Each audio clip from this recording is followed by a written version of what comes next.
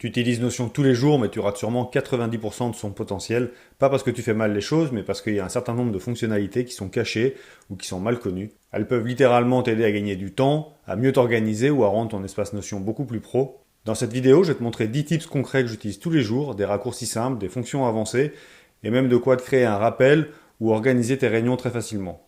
Allez, c'est parti, on y va.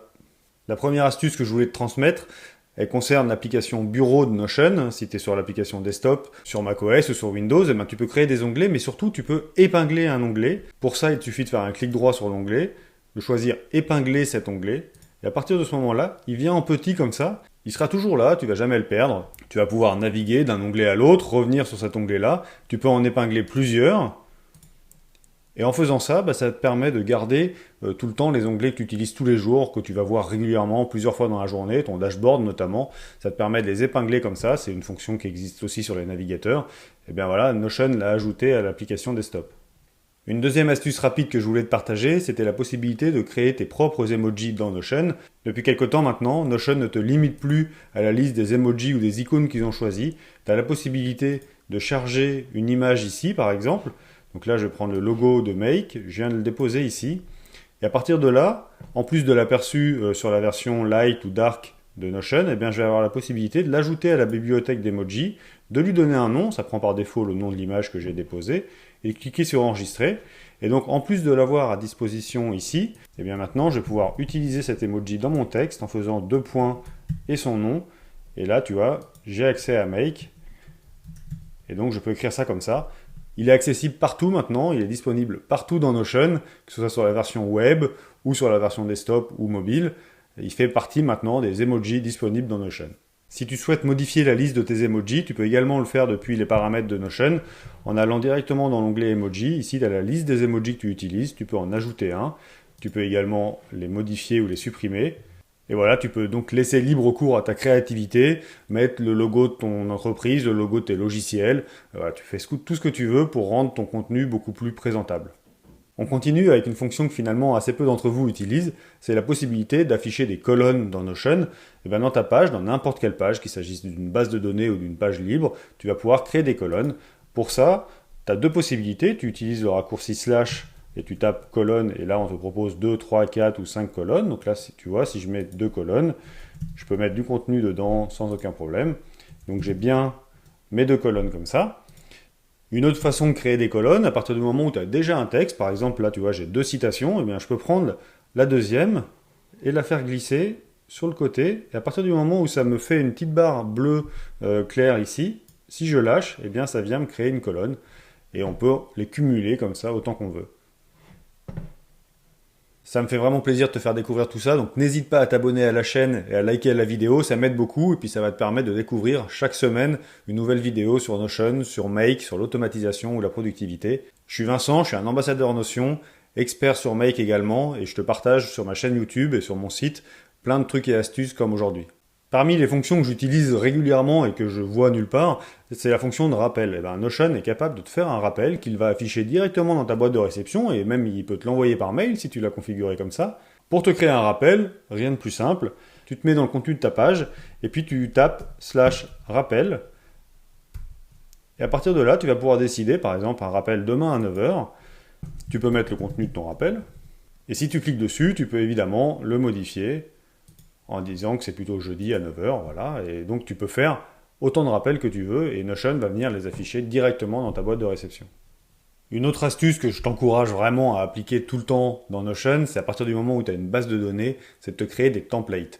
Un template, c'est un modèle de page dans une base de données qui va te permettre de définir déjà certaines propriétés, un contenu de page, une structure de page et qui va te faire gagner un temps fou. Je te montre rapidement comment on fait. Quand tu es dans une base de données, ici j'ai créé une base de données de réunion, ici, à côté du bouton nouveau, tu as une petite flèche et tu vas pouvoir créer un nouveau modèle. En créant ce modèle, je vais pouvoir définir déjà des statuts. Et par exemple, si je crée un template pour les réunions extérieures, je vais pouvoir dire que le lieu est forcément à l'extérieur. Et en faisant ça, quand je vais pouvoir l'appliquer, je vais te montrer, ça va directement mettre cette propriété-là, donc j'ai pas besoin de penser à le faire.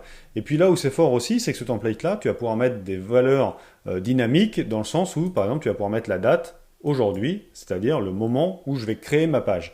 Et puis tu peux même mettre directement du contenu dedans en mettant un titre, ordre du jour, participants, voilà, des choses comme ça. Et donc en faisant ça, ton template s'enregistre automatiquement, hein.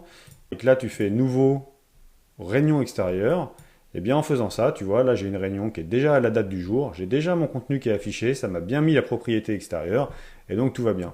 Et pour aller un tout petit peu plus loin dans l'utilisation de ce template, si tu as un forfait business ou entreprise sur Notion, tu peux en plus en profiter pour mettre directement dedans, donc tu vas le modifier là, ici, et tu vas pouvoir y mettre directement des notes d'IA, en utilisant le raccourci / notes d'IA, et bien tu vas directement avoir la capacité de mettre des notes de réunion, d'avoir la transcription qui va se faire ici, et d'avoir un résumé intelligent en fin de réunion. J'ai fait toute une vidéo dédiée sur ça qui a très bien marché. Je t'encourage à la regarder en cliquant sur le lien juste au-dessus. Et donc ton template est déjà prêt. Et en faisant comme ça, eh bien, quand tu crées une nouvelle réunion, tu as directement toutes tes propriétés qui sont bien créées, tu as tes notes d'IA qui sont prêtes, tu n'as plus qu'à cliquer sur confirmer le consentement et commencer, et ta réunion peut démarrer, tu peux te concentrer pleinement sur ce qui se passe plutôt que de prendre des notes.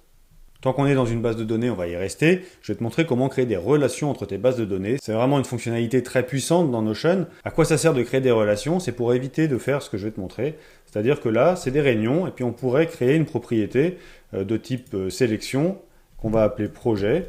Et puis dedans, on pourrait avoir le projet lancement de produits, on pourrait avoir un projet marketing, on pourrait avoir un certain nombre de projets, et puis que chaque réunion comme ça, tu dises, celle-ci c'était sur le lancement produit, celle-ci c'était sur le marketing, et ainsi de suite. Sauf que tu vas aussi avoir des tâches qui vont être liées à des projets, tu vas aussi avoir des actions qui vont être liées à des projets, tu vas pouvoir avoir de la documentation qui est liée à un projet, et donc en fait, à partir de là, ce qui serait pertinent, ce serait quand même d'avoir une base de données de projets et de créer des relations entre toutes tes bases pour que dans un projet, tu puisses connaître à la fois les tâches, les documentations, les réunions, et ainsi de suite. Je te montre comment on fait très rapidement. Tu vas voir, c'est assez simple. On crée une nouvelle base de données de projet. Tu lui donnes un nom. Et par exemple, là, on va avoir le projet lancement de produit et on va avoir le projet marketing. Et ensuite, on va créer donc une relation entre les réunions et les projets. Il suffit de cliquer sur le plus ici et il suffit de lui dire que tu veux créer une relation. Là, ça te propose d'aller chercher toutes les bases de données qui existent dans ton Notion. Moi, je vais prendre Réunion ici, c'est cette base de données-là. Et on va lui dire que nous, on veut le lier donc, à Réunion, qu'il n'y a pas forcément de limite, parce qu'il peut y avoir plusieurs projets sur une réunion et plusieurs réunions sur un projet. Et on souhaite que ce soit bidirectionnel, c'est-à-dire que dans Réunion, on veut également avoir la liste des projets. Et donc là, ça te propose de renommer la propriété, mais le nom de la base là me correspond, donc on va laisser projet. Et si je clique sur ajouter une relation, eh bien tu vois ici que maintenant, une réunion, on va pouvoir lui dire qu'elle est bien sur le projet marketing, que celle-ci est sur le projet lancement produit, que celle-ci est sur le marketing. Donc cette propriété projet-là va pouvoir disparaître. Mais ce que tu vois ici, c'est que toutes les réunions qu'on a mis ici, eh bien on les retrouve directement dans un projet. Donc si je vais sur le projet marketing, eh bien j'ai bien l'ensemble de mes réunions ici. Et si je vais plus loin, c'est pas l'objet ici, là, mais si je fais un affichage par onglet, je vais pouvoir retrouver un calendrier, voilà, je vais pouvoir retrouver une liste de chacune de mes réunions, de mes tâches et tout ça. J'ai fait une vidéo dédiée là-dessus, sur les onglets dans Notion. Je te mets le lien juste au-dessus, comme ça tu peux la consulter juste après cette vidéo-là. Voilà ce que c'est qu'une base relationnelle, ça va te permettre de gagner en puissance et en traitement de ta donnée dans Notion. Dans une base de données, tu peux également utiliser une autre astuce que je te donne, c'est le fait de pouvoir exploiter l'IA comme une propriété. À partir du moment où tu es sur un forfait business ou entreprise, tu as Notion AI qui est inclus dans ton forfait, et tu vas pouvoir créer des propriétés de type IA. Par exemple ici, un résumé généré par l'IA. Donc si je clique ici, là je vais pouvoir avoir un résumé automatique de ma réunion. Alors évidemment là le contenu est vide donc il ne va pas faire grand chose, mais en tout cas là il me précise qu'il n'y a pas de contenu. Si jamais j'ai une réunion dans laquelle il y a du contenu, eh ben, il va rédiger un résumé automatiquement. Et puis tu vas pouvoir le retrouver directement dans les propriétés de ta page, évidemment. Mais ce n'est pas la seule chose que Notion AI est capable de faire, parce qu'il va être également capable de prendre des décisions à ta place dans les propriétés de tes bases de données. Par exemple, en utilisant remplissage par l'IA personnalisé. Là, tu vas pouvoir lui donner un prompt. Tu vas pouvoir lui demander de lister 3 actions à mettre en place rapidement. Et en faisant ça, si tu cliques sur enregistrer les modifications, tu peux également essayer sur la page le contenu. Et donc là, bon, encore une fois, on n'a pas vraiment de contenu, mais là, il va dire, comme on est sur une réunion extérieure liée à un projet de lancement de produit, il va nous dire identifier les ressources nécessaires pour le lancement du produit, établir une liste de participants, envoyer les invitations, préparer le matériel nécessaire pour la réunion en extérieur. Donc là, il a été capable de créer 3 actions différentes liées à la réunion en prenant connaissance du projet lié. Et donc, il va pouvoir le faire sur chacune des réunions. Si on va sur la rétrospective de projet ici, et qu'on lui demande ici de mettre à jour le contenu, à nouveau, il vient de créer 3 actions à mettre en place. Et puis surtout, ça va se faire de manière automatique pour chaque nouvelle réunion. Là, on le fait sur chaque ancienne réunion, donc il faut lui demander de le faire, mais à chaque fois que tu vas créer une réunion, il va mettre à jour ce contenu-là. Cette fonction, elle est vraiment sous-cotée parce que tu peux lui balancer un prompt qui va faire pour chaque réunion différente en prenant connaissance du contexte de ton environnement Notion. Donc c'est vraiment super puissant, je t'encourage vraiment à l'utiliser si tu y as accès. On continue avec la 8e astuce. La 8e astuce que je voulais te montrer, c'était les blocs synchronisés. Encore une fois, c'est quelque chose qui est assez peu utilisé alors que c'est hyper puissant. Qu'est-ce que c'est qu'un bloc synchronisé? C'est un bloc qui est présent sur plusieurs pages et quand tu le modifies à un endroit, il va se modifier à un autre. Alors comment ça fonctionne? Imaginons que là j'ai un contenu par exemple que je veux afficher dans chacune de mes réunions qui correspond à la marche à suivre, à mon process, qu'est-ce que tu dois faire avant la réunion, pendant la réunion et après la réunion. Et cet élément-là, je voudrais qu'il soit présent dans chacune des réunions pour que personne ne l'oublie.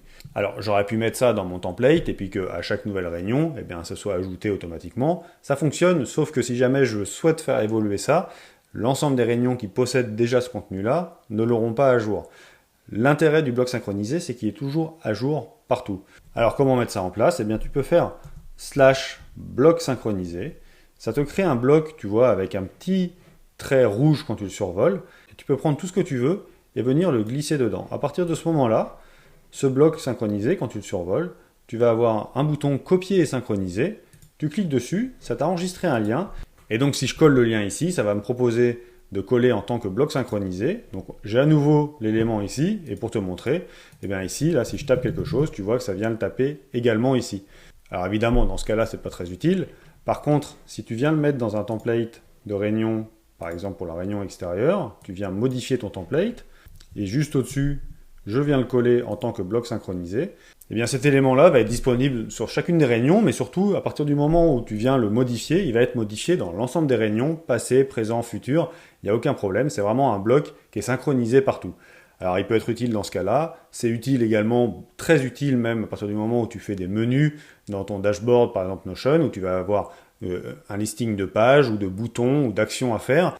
Cet élément-là, tu vas pouvoir le dupliquer sur plusieurs pages et à partir du moment où tu souhaites faire évoluer ton menu, il va évoluer sur l'ensemble des pages. Tu n'as pas besoin de repasser aux 10, 20, 100 endroits dans lesquels il est. La 9e astuce que je voulais te partager, c'est celle de la traduction automatique de pages. Notion est capable de traduire une page directement. C'est parfois accessible quand il détecte assez de contenu et donc qu'il est capable de déterminer la langue. Il peut le faire avec un bouton qui est directement accessible ici. Mais s'il n'est pas disponible, tu peux également cliquer sur les 3 petits points ici, choisir traduire et par exemple tu lui dis de le traduire en anglais. Et automatiquement, Notion me traduit l'intégralité de ma page ici. Il a modifié également les titres. Et à partir de là, c'est en lecture seule. Tu peux à nouveau choisir une autre langue, mais surtout, tu vas pouvoir dupliquer cette page-là si tu souhaites la modifier. Donc pour le moment, là, c'est vraiment de la lecture seule. La page est toujours en français dans la base de données de Notion, mais par contre, il te l'affiche dans la langue de ton choix. Évidemment, c'est hyper utile. Par exemple, si tu achètes un template Notion qui n'est pas dans ta langue maternelle, ça va te permettre de le traduire, de comprendre un petit peu les explications du créateur du template, et puis de pouvoir l'utiliser au maximum.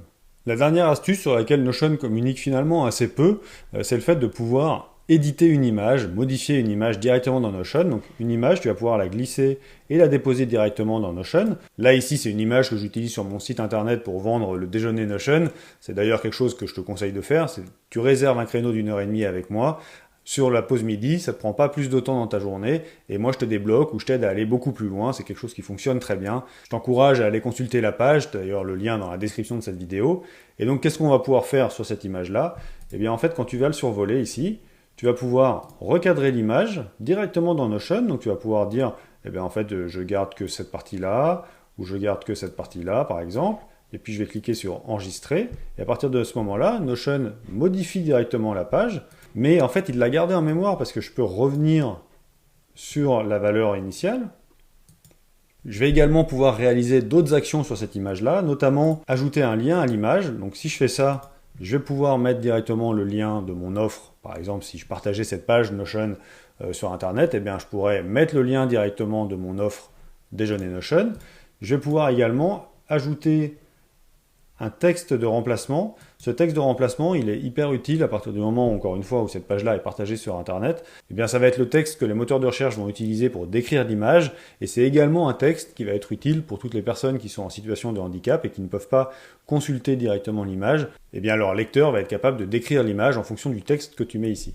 Voilà pour ces 10 astuces, j'espère t'avoir fait découvrir un certain nombre d'entre elles. Encore une fois, n'hésite pas à liker la vidéo, ça m'aide beaucoup. Abonne-toi à la chaîne pour découvrir toutes les prochaines vidéos. À bientôt, salut!